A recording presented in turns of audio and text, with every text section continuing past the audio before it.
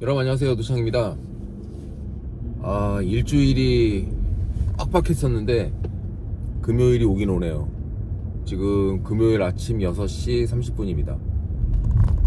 오늘은 제가 저희 건물에, 제가 살고 있는 건물에 정화조를 푸는 날이라 가지고 새벽 4시에 일어나 가지고 건물 정화조 앞이랑 집 수정 있는데 청소를 하고, 정화조 치는 아저씨들이 오셔가지고 이 얘기 저 얘기 하면서 정화조를 다 치우고 한 30분 정도 다시 누워가지고 자고 5시 반에 일어나가지고 뉴스도 보고 커피도 내리고, 그래서 지금 출발해가지고 사무실로 가고 있는 길입니다.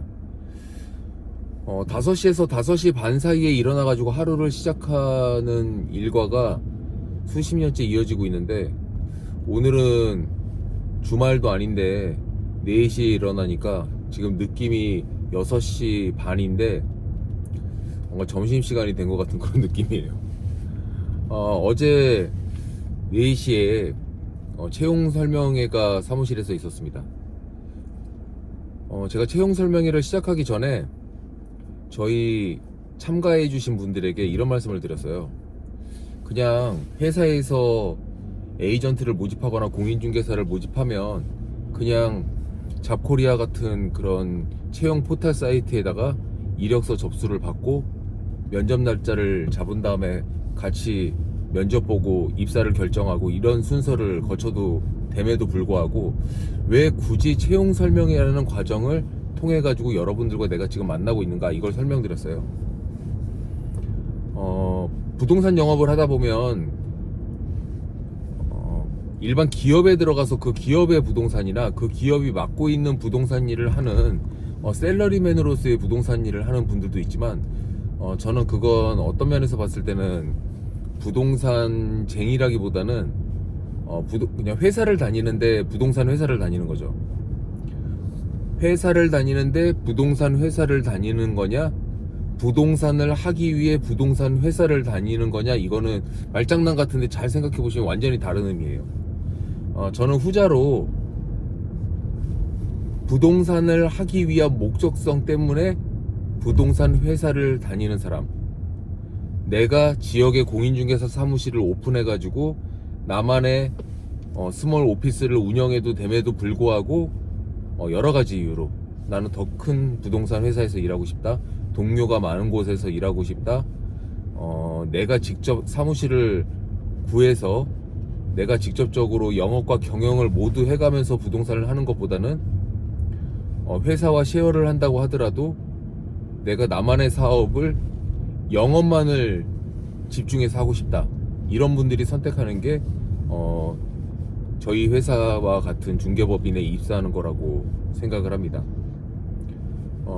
어제 한 1시간 정도 회사 소개랑, 그리고 여러분들이 입사를 하셨을 때 어떤 교육과 코칭을 통해 가지고 전문가로 성장할 수 있는지, 이런 부분들을 설명을 드렸는데, 질문이 너무 열띄어 가지고 5시 정도 예상하고 끝날 그 채용 세미나가 7시가 다 돼서 끝났어요.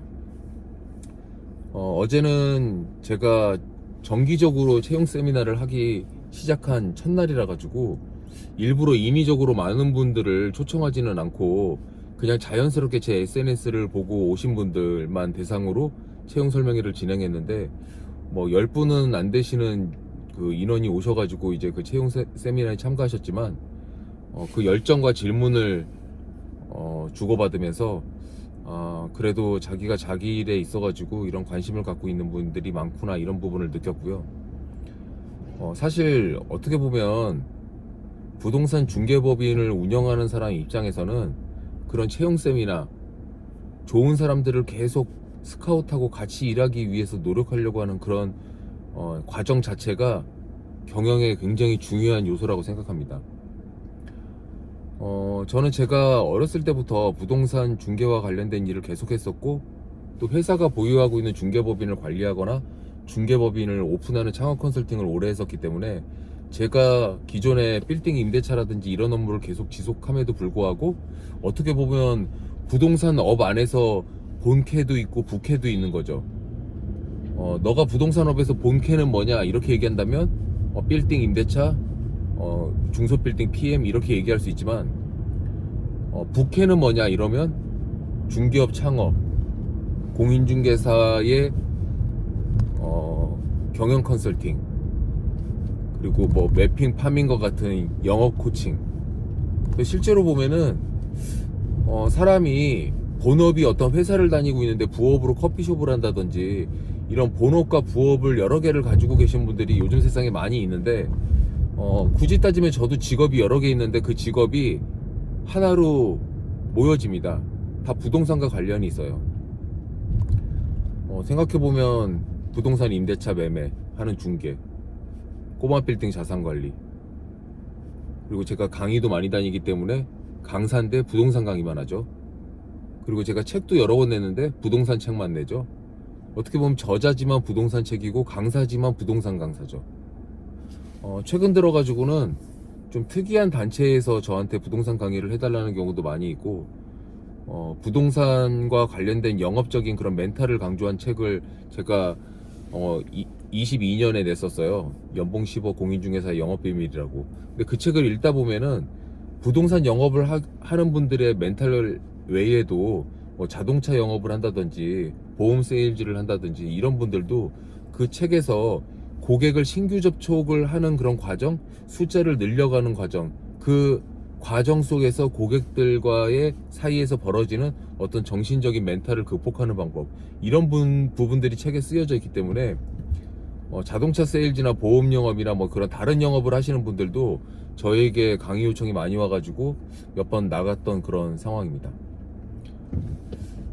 다시 돌아와서 말씀드리면, 그래서 이 부동산 일을 하시는 분들이 이제 저희 회사에 입사를 하셨을 때 어떤 과정을 통해서 전문가로 성장할 수 있는지, 그 기간은 얼마나 걸릴지, 제가 어제 한 2달 정도, 60일 정도 처음에 영업지역을 선정하시고 그 선정된 영업지역에서 매핑을 하고, 매핑한 지역에서 지리 익히기, 그리고 주요 랜드마크를 익히고, 또 공실 자료를 다 조사하고 공실 시세, 그리고 그 공실을 조사하는 과정에서 그 공실이 포함되어 있는 건물의 건물주의 인적 데이터, 그런 부분들을 축적해 나가면서 결국은 그 영업권을 점점 넓혀 나가고, 숫자로는 넓혀 나가지만 몰입도 해야 돼요.